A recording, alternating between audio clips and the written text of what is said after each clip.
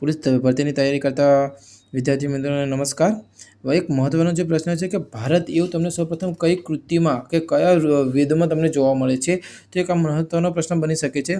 તો યાદ રાખજો કે સૌપ્રથમ આ જે ભારત શબ્દનો ઉલ્લેખ જે જોવા મળે છે એ ઋગ્વેદમાંથી મળ્યો છે। આપણે કહા છે કે ઋગ્વેદમાંથી જોવા મળે છે, એ એક મહત્વનો પ્રશ્ન છે, બરાબર।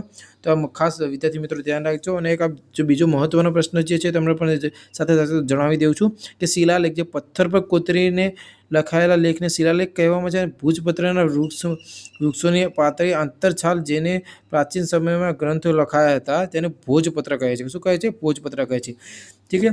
તો કે આગળનો જો આપણો જે વિડીયો બનશે તે આ પ્રશ્ન આપણે જો સ્વાધ્યાયના પ્રશ્નો જે આપેલા છે તેનો આપણે આન્સર લાવીશું, બરાબર। તો તમે જાણો આ વિડીયો આગળ જો આગલો જે વિડીયો આવવાનો છે એ અવશ્ય જોજો, ઇમ્પોર્ટન્ટ છે, ઠીક છે। આવા વિડીયો જોવા માટે આપણી યુટ્યુબ ચેનલને સબસ્ક્રાઈબ કરી લેજો અને વિડીયો પસંદ આવે તો લાઈક કરજો।